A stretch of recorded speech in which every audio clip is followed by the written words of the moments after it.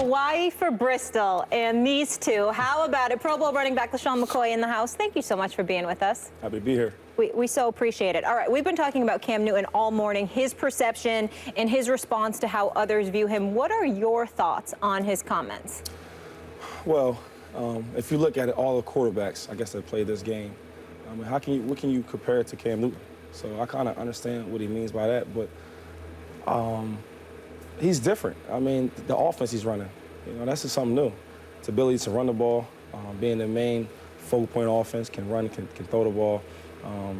The option type of thing, the distractions, the decoys they got with the end around, the option to pitch it off. So, I mean, he's doing a lot of different things from the typical quarterbacks. I don't know if it's really a color-based thing, just the talent level. I mean, the ability to do so many different things like that. There's been quarterbacks like Cam, but I think they're not playing at a high level like he is.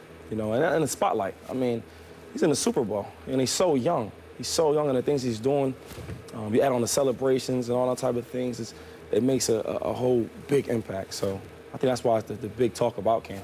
So when you hear him say incomparable, you're doing it more as a quarterback on the field as opposed to the celebrations, Yeah. Right? I would say so, yeah, for sure, yeah. Okay. Stephen A.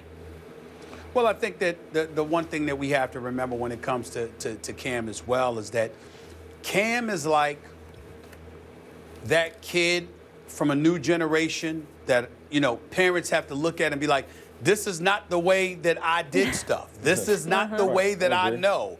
But it's a new day, and I'm going to have to adapt to this if I'm going to be able to cultivate the kind of relationship with my kid that I want to have. Well, that's the message to me that Cam Newton is sending to America, to football fans everywhere. He's saying that it's a new day. Here I come.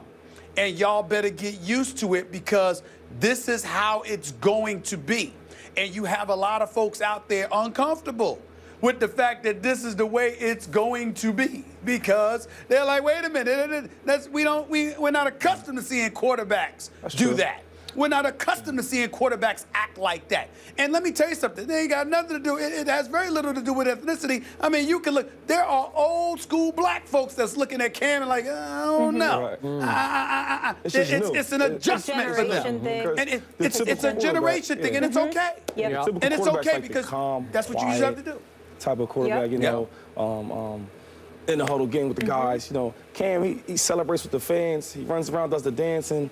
And then I met him a couple times, but when we first really met, one of the Pro Bowls, I forget which one, and this is how he reacted to the fans, to the people, smiling, joking. Everything was fun. So that's not your typical type of quarterback.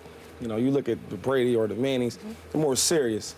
Even like a Drew Brees, they're more serious. But Cam, he has fun with it. So I think you're right about that, Stephen A. It's just everybody's like, wow, this is the new face. And they may be scared that he's the new face of the NFL because the quarterback is the main player. Let's get that straight. He's the main player of the NFL, and he's playing at a high level, and that's the way he conducts himself.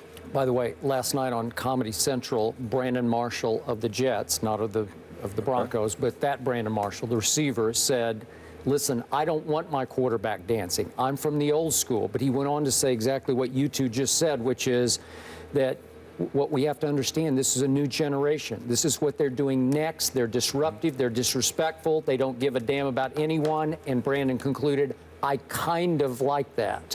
Do you kind of like that, or do you want your quarterback to be more old school? You have a black quarterback in Tyrod Taylor and one in E.J. Manuel. Yeah. So how do you want your quarterback to respond? Tyrod, a.k.a. Willie Beeman, he's actually the opposite. He's the guy that's fully involved as far as being serious, making sure everybody's lined up, taking care of his business.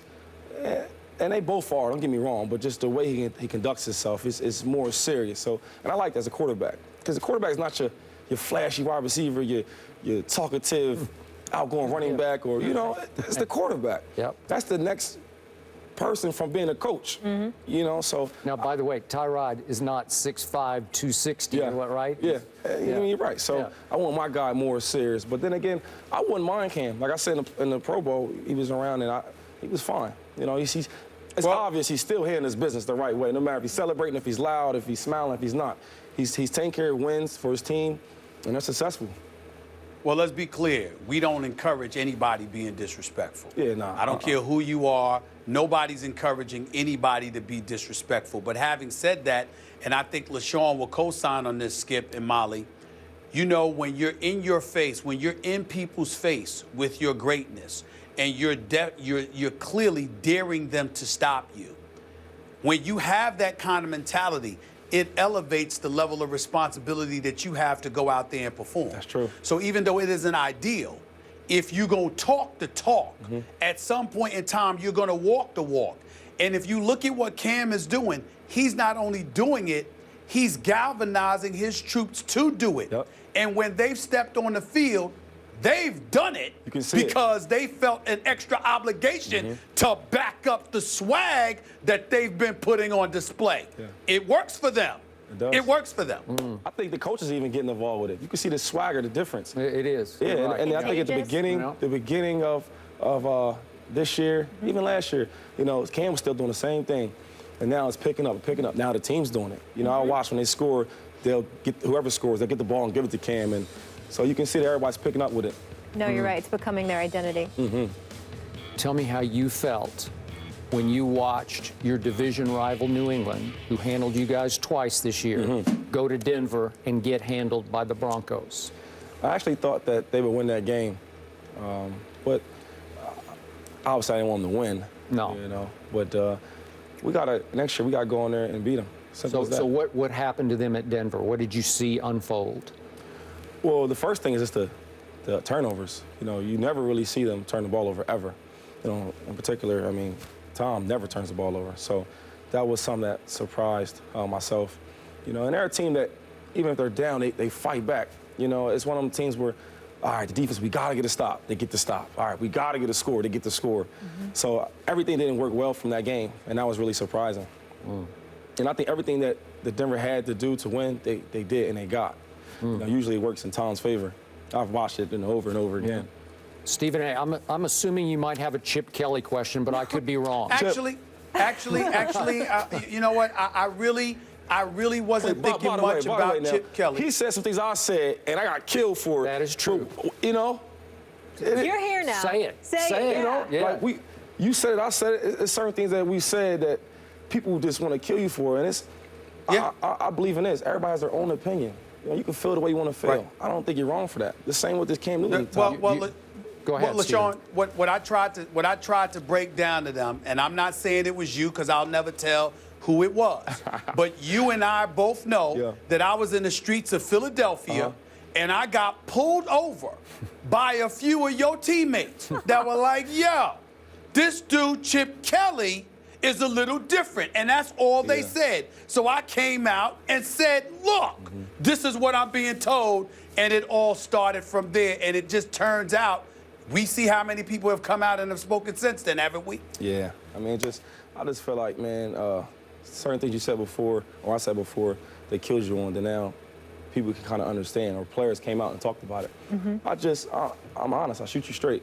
You know, that's how I felt at the time, and I spoke about it, and it was a big thing, and now everybody can honestly agree with me, so. I'll say this about Lesean McCoy and Skip. Lesean and I go back years and know he wasn't the one that told me that about Chip Kelly. Let's be clear about that. Right. Well, but he never here's the asked me. I deal. told him. I've known Lesean McCoy for years.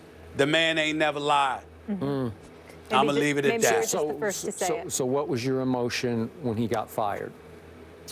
I had no emotion. I mean, I wasn't there no more. I was going with Buffalo. A lot of my ex-teammates, you know, they called me and reached out. Some of them were happy.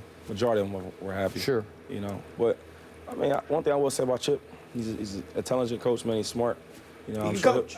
He can coach. The X's and O's, he can do that very well. I think he'll have them teams playing well, especially with Cat. He'll find some things with him, you know, to run the ball and throw the ball. So. Hey, get your knee healthy and big year next year. Yep. Yes, Sean sir. McCoy in the house. I think we might have a little time.